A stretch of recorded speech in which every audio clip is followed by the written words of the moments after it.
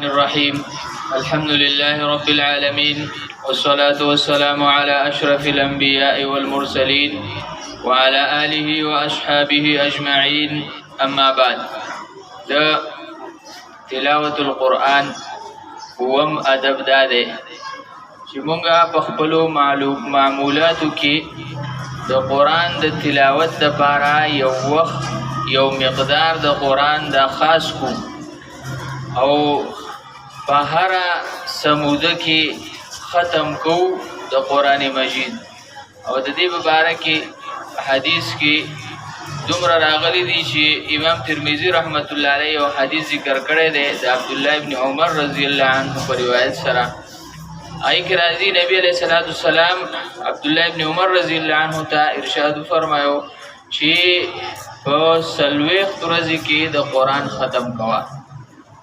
دا شان یو حدیث بل صحیحین ذکر کړی دی عبد الله ابن عمر ابن العاص رضی الله عنه.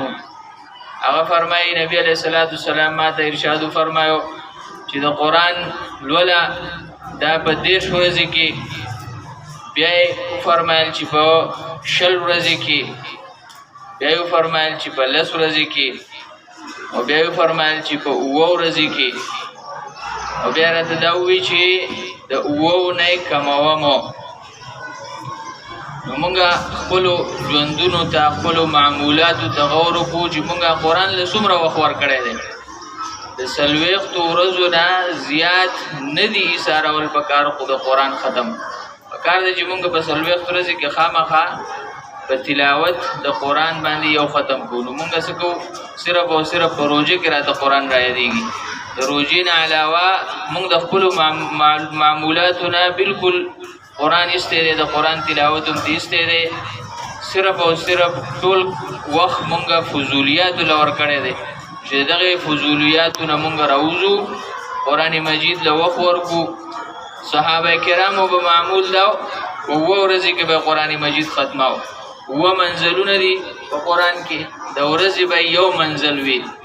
چې کم از کم مونږ داسې کوو چې د ورځې یوه سپاره وایو، نو په 10 ورځې کې به په میاشت کې به ختم راځي.